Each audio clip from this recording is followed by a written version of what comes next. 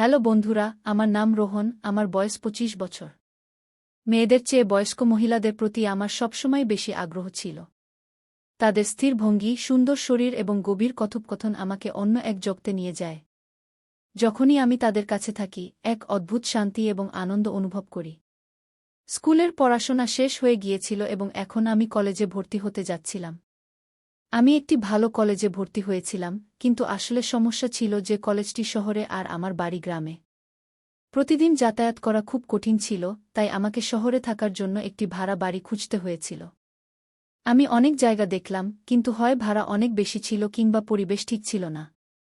তারপর একদিন আমি এমন একটি বাড়ি পেলাম যা ঠিক ছিল এবং আমার বাজেটের মধ্যেও। কিন্তু আসলে আশ্চর্য হলাম যখন আমি সেই বাড়ির মালকিনকে দেখলাম। কেউ আমাকে বলেছিল যে একজন কাকা রয়েছে, তার কাছে ২-৩টি ঘর খালি আছে। তারপর কি, আমি সরাসরি কাকার বাড়িতে গেলাম এবং দরজায় টোকা দিলাম। তিনি দরজা খুললেন, আমি তাকে দেখেই তো হয়ে গেলাম। সামনে একজন ৫০ বছরের মহিলা দাঁড়িয়েছিলেন, গোঁড়ারং, তীক্ষ্ণ চোখ, মনে হচ্ছিল তিনি এখনও ৩০ বছরের। তিনি এমন ছিলেন যে কোনো পুরুষই তার উপর মুগ্ধ হয়ে যাবে। আমার আগে থেকেই এমন মহিলাদের পছন্দ ছিল। তার শরীরের প্রতিটি অংশ, তার প্রতিটি নড়াচড়ায় আমাকে তার দিকে টানছিল। আমি তার দিকে এমনভাবে তাকিয়েছিলাম যেন একজন তৃষ্ণার্ত জল দেখছে। তার প্রতিটি ভঙ্গিতে এক অদ্ভুত নেশা ছিল যা আমাকে মাতাল করে তুলছিল। ঠিক তখন তিনি আমাকে জিজ্ঞেস করলেন, বলুন, কি কাজ? তার কণ্ঠে এক অদ্ভুত মধুরতা ছিল যা আমার কানে বাজছিল। আমি একটু সংকোচের সাথে বললাম, জি জি কাকা, কেউ আমাকে বলেছিল যে আপনার কাছে একটি ঘর খালি আছে। আসলে আমি পাশের কলেজে ভর্তি হয়েছি এবং আপনার ঘরটি ভাড়া নিতে চাই। তিনি হেসে বললেন, হ্যাঁ হ্যাঁ, ঘর খালি আছে, আপনি নিতে পারেন। তারপর তিনি আমাকে ভিতরে আসতে বললেন এবং তিনি এগিয়ে চললেন। আমি তার পিছনে পিছনে চলছিলাম এবং আমার চোখ শুধু তার দিকেই ছিল। তার হাঁটার ভঙ্গি, তার শরীরের লয়, সবকিছু আমাকে তার দিকে টানছিল। আমার ভিতরে এক অদ্ভুত আগুন জ্বলতে শুরু করেছিল। তার বাড়ির ভিতরের গন্ধ আলাদা ছিল, এক অদ্ভুত সুগন্ধ যা আমার ভিতরের অস্থিরতাকে আরও বাড়িয়ে দিচ্ছিল। তিনি আমাকে ঘরটি দেখালেন যা পরিষ্কার পরিচ্ছন্ন এবং বাতাস চলাচল করা ছিল। কিন্তু আমার চোখ ঘরের চেয়ে তার দিকেই বেশি ছিল। তার প্রতিটি নড়াচড়া, প্রতিটি ইশারা আমাকে তার দিকে টানছিল। আমি তার কাছে থাকতে চেয়েছিলাম। তারপর আমি তাকে ঘরের ভাড়া জিজ্ঞেস করলাম। তিনি যে ভাড়া বললেন তা একটু বেশি ছিল, কিন্তু আমার কোনো পরোয়া ছিল না। আমি যে কোনো মূল্যে এই ঘরটি নিতে চেয়েছিলাম। আমি তাকে বললাম, আমার এই ঘরটি পছন্দ হয়েছে, আমি এটি ভাড়া নিতে চাই। তিনি হেসে বললেন, ঠিক আছে, আপনি কাল থেকে আসতে পারেন। আমি হ্যাঁ বলে মাথা নাড়ালাম এবং মনে মনে খুব খুশি হলাম। পরের সকালে আমি আমার জিনিসপত্র নিয়ে প্রস্তুত ছিলাম। একটি পুরানো ব্যাগ, যাতে আমার কিছু কাপড়, বই এবং সেই অস্থিরতা যা গতকাল থেকে আমার মনে গেঁথে গিয়েছে। কাকা, তার মুখ, তার হাসি এবং সেই ভঙ্গি আমার মনে বারবার ভেসে উঠছিল। মা আমাকে বিদায় দিতে গিয়ে বললেন, রোহন, শহরে সাবধানে থাকো, কোনো সমস্যা হলে ফোন করো। আমি হালকাভাবে মাথা নাড়ালাম, কিন্তু আমার মন ছিল অন্য কোথাও, সেই বাড়িতে, সেই মহিলার কাছে, যে আমার মনে এক অদ্ভুত আগুন জ্বালিয়ে দিয়েছিল। সন্ধ্যার অন্ধকারে আমি কাকার বাড়িতে পৌঁছলাম। গলিতে একটু নিস্তব্ধতা ছিল এবং তার বাড়ির বাইরের ছোট বারান্দাটি আমাকে তার দিকে টানছিল। আমি ব্যাগ কাঁধে ঝুলিয়ে দরজায় টোকা দিলাম। কিছুক্ষণ পর দরজা খুলল এবং সামনে তিনি দাঁড়িয়েছিলেন। কাকা, তার শাড়ি গা লাল রঙের ছিল, যার প্রান্ত হালকাভাবে বাতাসে লহরী দিচ্ছিল। তার চুল একটু এলোমেলো ছিল এবং তার মুখে ঘামের একটি ছোট ফোঁটা চকচক করছিল, মনে হচ্ছিল তিনি এইমাত্র রান্নাঘর থেকে এসেছেন। এসো রোহন, তার কণ্ঠে সেই মধুরতা ছিল যা আমার কানে মধুর মতো গলে যাচ্ছিল। আমার ভিতরে এক ঝড় উঠতে শুরু করল। হ্যাঁ কাকা, আমি একটু থেমে বললাম। তার নাম মনে মনে বলার সময় আমার শ্বাস যেন দ্রুত হয়ে গেল। তিনি হালকা করে হাসলেন এবং বললেন, ভিতরে এসো, জিনিসপত্র রেখে দাও, বাইরে গরম লাগছে নিশ্চয়। আমি তার পিছনে পিছনে চললাম। বাড়িতে একটু দনের সুগন্ধ ছিল যা আমার মনের অস্থিরতাকে আরও বাড়িয়ে দিচ্ছিল। আমার চোখ তার কাঁধে, তার শাড়ির লহরীতে এবং তার হাঁটার ভঙ্গিতে আটকে ছিল। যখন তিনি ঘরের দিকে ঘুরলেন, তার শাড়ির আঁচল একটু কাঁধ থেকে সরে গেল। আমার চোখ সেখানে আটকে গেল, তার কোমরের কোমল রেখা যা শাড়ির নিচে হালকাভাবে ফুটে উঠছিল। আমি তাড়াতাড়ি চোখ সরিয়ে নেওয়ার চেষ্টা করলাম, কিন্তু আমার মুখ গরম হয়ে উঠছিল। আমার ভিতরের আগুন কমরায় পৌঁছে আমি আমার ব্যাগ রেখে দিলাম। তিনি আমার কাছে এসে বললেন, রোহন, এই কামরাটা ঠিক আছে তো? কিছু দরকার হলে বলবে কি তার কণ্ঠে এক অদ্ভুত গরম ভাব ছিল যা আমার হৃদয় স্পর্শ করছিল। আমি শুধু মাথা নাড়ালাম কারণ আমার জিহ্বা যেন হারিয়ে গিয়েছিল। তিনি আমার ব্যাগ ঠিক করতে লাগলেন এবং ঠিক যখন তিনি ব্যাগটা তুললেন তার আঙুলগুলো আমার হাতের সাথে হালকা করে লেগে গেল। সেই স্পর্শ এত নরম, এত গরম ছিল যে আমার সমস্ত শরীরে এক শিহরণ ছুটে গেল। আমি তার দিকে তাকালাম, কিন্তু তিনি শুধু হাসছিলেন, যেন কিছুই হয়নি। আমার মনে এক ঝড় উঠছিল। সেই ছোট্ট মুহূর্তটা আমার জন্য এক অকথিত প্রতিশ্রুতির মতো ছিল। সেই রাতের খাবারের টেবিলে কাকি আমার সামনে বসেছিলেন। তিনি আমার জন্য গরম গরম পরোটা বানিয়েছিলেন। প্রতিবার যখন তিনি আমার প্লেটে পরোটা রাখতেন, তার আঙুলগুলো আমার প্লেটের কিনারা হালকা করে স্পর্শ করত। আমি তার প্রতিটি নড়াচড়ার গভীরভাবে লক্ষ্য করছিলাম। তার হাতের সেই নরম ভাব, চোখের সেই চমক, আর তার শাড়ির সেই পল্লব যা বারবার কাঁধ থেকে সরে যাচ্ছিল। একবার তার পল্লব এতটাই সরে গেল যে তার কোমরের এক অংশ স্পষ্ট দেখা যাচ্ছিল। আমার দৃষ্টি সেখানে আটকে গেল, আর সেই মুহূর্তে আমার জন্য পৃথিবী যেন থেমে গিয়েছিল। কাকি আমার দৃষ্টি লক্ষ্য করলেন, কিন্তু তিনি শুধু হালকা করে হাসলেন এবং তার পল্লব ঠিক করলেন। খাও রোহন, ভাববার জন্য পুরো রাত পড়ে আছে, তিনি ধীরে বললেন। তার এই কথায় আমার মনে নতুন এক ঝড় উঠল। পরের দিন সন্ধ্যায় আমি কামরায় পড়াশোনা করছিলাম, এমন সময় কাকি দরজা খটখট করলেন। রোহন, চা খাবে? তিনি জিজ্ঞাসা করলেন। আমি তৎক্ষণাৎ বই বন্ধ করে বললাম, হ্যাঁ, অবশ্যই কাকিকু। তিনি ভিতরে এলেন। তার হাতে দুটি পেয়ালা ছিল। একটি পেয়ালা আমার দিকে বাড়ানোর সময় তার শাড়ির পল্লব আবার হালকা করে সরে গেল। আমার দৃষ্টি তার কোমরের সেই নরম রেখায় আটকে গেল। আমি তৎক্ষণাৎ দৃষ্টি সরিয়ে নিলাম, কিন্তু আমার মুখ গরম হয়ে উঠছিল।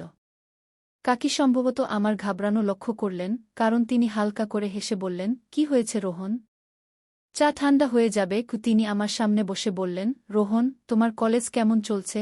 আমি বললাম, ঠিক আছে কাকি, এখনও সব নতুন নতুন। তারপর সাহস করে জিজ্ঞাসা করলাম, কাকি, আপনি এখানে একা কিভাবে থাকেন? মানে বাড়িটা তো অনেক বড়। আমার কথা অসম্পূর্ণ ছিল, কিন্তু তিনি বুঝে গেলেন। তিনি হালকা করে মাথা নিচু করে বললেন, একাকিত্ব তো অভ্যাস হয়ে যায় রোহন। আমার স্বামী চলে গেছেন, এখন 10 বছর হয়ে গেছে। আমার দুটি ছেলে আছে, কিন্তু তারা দুজনেই অন্য শহরে চাকরি করে। মাঝে মাঝে আসে কি তার কথায় এক অদ্ভুত বিষাদ ছিল, কিন্তু তার চোখে সেই একই চমক ছিল যা আমাকে প্রতিবার তার দিকে টানত। আমি ধীরে বললাম, কাকি, আপনি বিরক্ত হন না? তিনি হালকা করে হেসে বললেন, বিরক্তিকে দূর করার উপায় খুঁজে নিতে হয়। যেমন বাগান করা, বই পড়া, আর এখন তুমি এলে, তাই হয়তো এখন একটু কম একাকিত্ব লাগবে। কি তার এই কথায় আমার হৃদয়ের স্পন্দন আরও বেড়ে গেল। তিনি কি সত্যিই এমনটা ভাবছিলেন, নাকি এটা শুধু তার কথা বলার সেই নরম ভাব? এক সকালে আমি আমার কামরায় প্রস্তুত হচ্ছিলাম, এমন সময় কাকির কণ্ঠ শুনলাম, রোহন, রোহন, একবার এদিকে আসবে। তার কণ্ঠে এক অদ্ভুত তাড়া ছিল। আমি তৎক্ষণাৎ বাইরে গিয়ে দেখলাম তিনি বাথরুমের দরজার পাশে দাঁড়িয়ে আছেন। তার শাড়ি ভিজে গিয়েছিল, আর তিনি একটি ছোট কাপড় ধরেছিলেন। রোহন, আমি তোয়ালে নিয়ে যেতে ভুলে গেছি। একবার আমার কামরা থেকে তোয়ালে এনে দেবে? তিনি বললেন। আমার মনে এক ঝড় উঠতে লাগল। আমি মাথা নাড়ালাম এবং তার কামরার দিকে দৌড়ে গেলাম। তার আলমারি খুলে তোয়ালে খুঁজতে লাগলাম। আমার মনে নানা রকম চিন্তা আসছিল। কাকি বাথরুমে, তার ভিজে শাড়ি, আর সেই পরিবেশ যা আমার ভিতরের আগুনকে আরও বাড়িয়ে দিচ্ছিল। আমি একটি নরম তোয়ালে নিয়ে বাথরুমের দিকে গেলাম। দরজাটা হালকা খোলা ছিল, আর আমি ধীরে বললাম, কাকি, তোয়ালে। তিনি দরজার পিছন থেকে হাত বাড়ালেন। ঠিক যখন আমি তোয়ালে তার দিকে বাড়ালাম, আমার আঙুল তার ভিজে হাতের সাথে লেগে গেল। সেই স্পর্শ এত গরম, এত নরম ছিল যে আমার সমস্ত শরীরে এক শিহরণ ছুটে গেল। আমি তার দিকে তাকালাম, কিন্তু দরজার আড়ালে শুধু তার বাহু দেখা যাচ্ছিল। আমার মনে এক অদ্ভুত অস্থিরতা ছিল। ধন্যবাদ রোহন, তিনি ধীরে বললেন, আর দরজা বন্ধ হয়ে গেল। আমি সেখানেই দাঁড়িয়ে রইলাম। আমার শ্বাস দ্রুত হচ্ছিল, আর আমার মনে সেই মুহূর্ত বারবার ফিরে আসছিল। কিছুদিন পরে কাকি বললেন, রোহন, আমার বাজারে যেতে হবে, কিছু জিনিস কিনতে হবে। সঙ্গে যাবে? আমি তৎক্ষণাৎ হ্যাঁ বললাম। আমি আমার বাইক বের করলাম, আর কাকি আমার পিছনে বসলেন। ঠিক যখন তিনি বসলেন, তার শাড়ির কিনারা হালকা করে আমার কোমর স্পর্শ করল। আমি বাইক স্টার্ট করলাম, আর যখন আমরা চলতে শুরু করলাম, তার শরীর আমার শরীরের সাথে হালকা করে লেগে থাকছিল। তার শ্বাস আমার কাঁধের কাছাকাছি ছিল, আর তার আঙুলগুলো আমার কোমরের হালকা করে ঠেকেছিল। আমার জন্য সেই মুহূর্তে রাস্তা, গাড়ি আর দুনিয়া গায়েব হয়ে গিয়েছিল। বাজারে ভিড় ছিল এবং কাকি আমার এত কাছে হাঁটছিলেন যে তার শাড়ির পল্লু বারবার আমার কাঁধে ছুঁয়ে যাচ্ছিল। একবার যখন ভিড়ে ধাক্কাধাক্কি হল, কাকির হাত আমার হাতে লেগে গেল। আমি তৎক্ষণাৎ তার হাত ধরে ফেললাম যাতে তিনি সামলে উঠতে পারেন। তার আঙুলগুলি আমার হাতের তালুতে রয়ে গেল এবং আমার জন্য সেই মুহূর্তে ভিড় গায়েব হয়ে গেল। সাবধান কাকি, আমি বললাম, কিন্তু আমার কণ্ঠে এক অদ্ভুত কম্পন ছিল। তিনি হালকা করে হেসে বললেন, তুমি তো রোহন, আমার কি ভয়? তার এই কথায় আমার হৃদয়ের স্পন্দন আরও বেড়ে গেল। কাকি একটি দোকানে দাঁড়িয়ে কিছু সাজসজ্জার জিনিস দেখতে লাগলেন। তার শাড়ির পল্লু আবার সরে গেল এবং আমার দৃষ্টি তার কোমরের সেই নরম রেখায় আটকে গেল। আমি তৎক্ষণাৎ দৃষ্টি সরিয়ে নিলাম, কিন্তু কাকি সম্ভবত আমার অস্বস্তি লক্ষ্য করলেন। রোহন, এটা কেমন? তিনি জিজ্ঞাসা করলেন, তার চোখে এক শরারতি চমক ছিল। আমি হালকা করে হেসে বললাম, আপনি যা বেছে নেবেন তা সুন্দরই হবে। কাকিকু তিনি হেসে বললেন, তুমিও কিছু বেছে নাও, বাড়ি তো তোমারও। কি তার এই কথায় আমার মনে এক নতুন উষ্ণতা ভরে গেল। বাজারের সেই হাঁটায় আমার মনে এক নতুন ঝড় তুলে দিয়েছিল। কাকির আমার পিছনে বাইকে বসা, তার শরীর আমার শরীরে হালকা করে লাগা এবং তার নিঃশ্বাসের সেই উষ্ণতা, সবকিছু আমার মনে বারবার ফিরে আসছিল। তোয়ালের ঘটনা তো আমার মনে আগুনকে আরও দাবানলে পরিণত করেছিল। তার ভেজা আঙুলের সেই স্পর্শ, সেই অর্ধখোলা দরজা এবং তার কণ্ঠের সেই মধুরতা, আমি রাত জেগে সেই মুহূর্তগুলোর কথা ভাবতাম। আমার জন্য কাকি এখন শুধু গৃহকর্ত্রী ছিলেন না, তিনি এক রহস্য ছিলেন যিনি আমার হৃদয়কে প্রতিটি মুহূর্তে অস্থির করে তুলছিলেন। এক সন্ধ্যায় আমি আমার ঘরে বই নিয়ে বসেছিলাম, কিন্তু আমার মন পড়ায় ছিল না। আমার চোখ বারবার জানালার দিকে যাচ্ছিল, যেখান থেকে কাকির বারান্দার হালকা আলো দেখা যাচ্ছিল। ঠিক তখনই কাকি দরজা খটখট করলেন। রোহন, কি করছ? তার কণ্ঠে সেই ঝংকার ছিল যা আমার কানে মধুর মতো গলে যেত। আমি তৎক্ষণাৎ বই সরিয়ে বললাম, শুধু পড়ছি কাকি। আপনি ভিতরে আসুন। তিনি ভিতরে এলেন, তার হাতে একটি ছোট ট্রে ছিল যাতে 2টি কাপ চা এবং কিছু বিস্কুট ছিল। কাকি ট্রে আমার সামনে রেখে বললেন, রোহন, এতক্ষণ পড়ছ, একটু মস্তিষ্ককে বিশ্রাম দাও, এই চা খাও। ও আমি চায়ের কাপ তুলে নিলাম এবং যেই আমি তা নিলাম, আমার আঙুলগুলি তার হাতে হালকা করে ছুঁয়ে গেল। সেই স্পর্শ এত নরম, এত উষ্ণ ছিল যে আমার সমস্ত শরীরে এক শিহরণ ছুটে গেল। আমি তার দিকে তাকালাম, কিন্তু তিনি শুধু হাসছিলেন, যেন কিছুই হয়নি।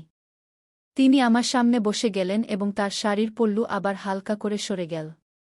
আমার দৃষ্টি সেখানে আটকে গেল এবং আমার জন্য সেই মুহূর্তে পৃথিবী যেন থেমে গেল। কি হল রোহন? চা ঠান্ডা হয়ে যাবে, তিনি ধীরে বললেন, তার চোখে এক শরারতি চমক ছিল। আমি তড়িঘড়ি কাপটি ঠোঁটে নিয়ে গেলাম, কিন্তু আমার শ্বাস দ্রুত ছিল। চা খেতে খেতে আমি সাহস করে জিজ্ঞাসা করলাম, কাকি, আপনি এত বছর ধরে একা আছেন, কখনো মনে হয়নি যে এখন কারও প্রয়োজন আছে? তিনি কাপটি টেবিলে রেখে হালকা করে মাথা নিচু করলেন, তারপর এক গভীর শ্বাস নিয়ে বললেন, জানো রোহন, মানুষের কিছু প্রয়োজন হয়, এমন প্রয়োজন যা শুধু একজন পুরুষই পূরণ করতে পারে। কি? তার এই কথায় আমার মনে এক ঝড় উঠল। আমি তার দিকে তাকালাম এবং তার চোখ আমার চোখের সাথে মিলে গেল। এক মুহূর্তের জন্য আমার মনে হল তিনি আমার মনের কথা পড়ছেন।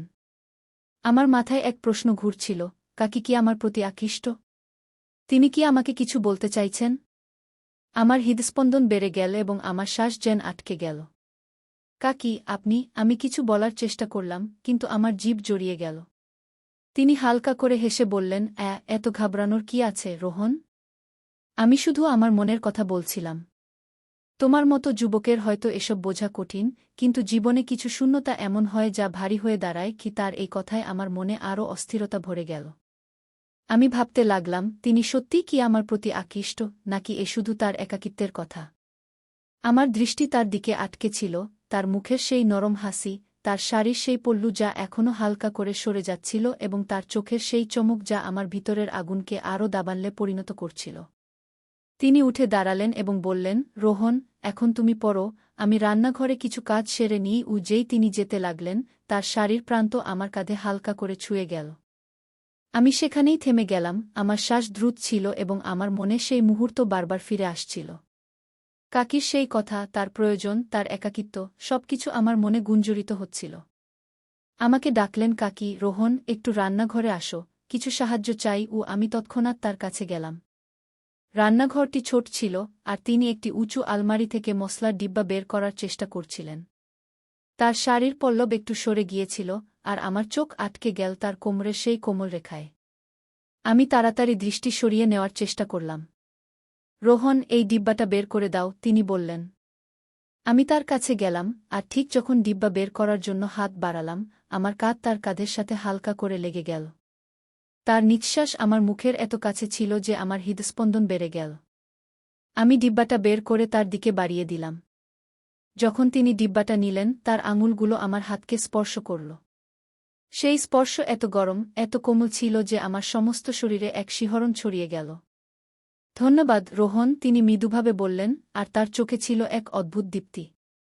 আমি হালকা করে মাথা নাড়ালাম, কিন্তু আমার দৃষ্টি তার দিকেই আটকে ছিল। তার মুখের উপর ঘামের সেই ছোট্ট ফোঁটা, তার শাড়ির সেই পল্লব যা এখনও একটু সরে যাচ্ছিল, আর তার নিঃশ্বাসের সেই উষ্ণতা যা আমাকে তার দিকে টানছিল। কাকি, আপনি খুব ভালো রান্না করেন, আমি কিছু বলার চেষ্টা করলাম, কিন্তু আমার কণ্ঠে ছিল এক অদ্ভুত কাঁপুনি। তিনি হেসে বললেন, শুধু এতটুকু প্রশংসা? কখনো তুমিও কিছু বানিয়ে দেখাও। রোহন কি তার এই কথা পরিবেশকে হালকা করে দিল, কিন্তু আমার মনে সেই মুহূর্ত বারবার ফিরে আসছিল। কাকির সেই কথা, তার প্রয়োজন, তার একাকিত্ব। আমার মাথায় গুঞ্জরিত হচ্ছিল। আমি ভাবতে শুরু করলাম, হয়তো কাকি আমাকে আরও কিছু ইঙ্গিত দিচ্ছেন। তো বন্ধুরা, এই গল্পটি অনেক লম্বা, তাই গল্পের পরবর্তী অংশ আগামীকাল নিয়ে আসব। এই গল্পে আর কি কি ঘটে তা আমি পরবর্তী অংশে বলব। তাই আমাদের চ্যানেলটি সাবস্ক্রাইব করতে ভুলবেন না, আর ভিডিওটি লাইকও করবেন। ধন্যবাদ।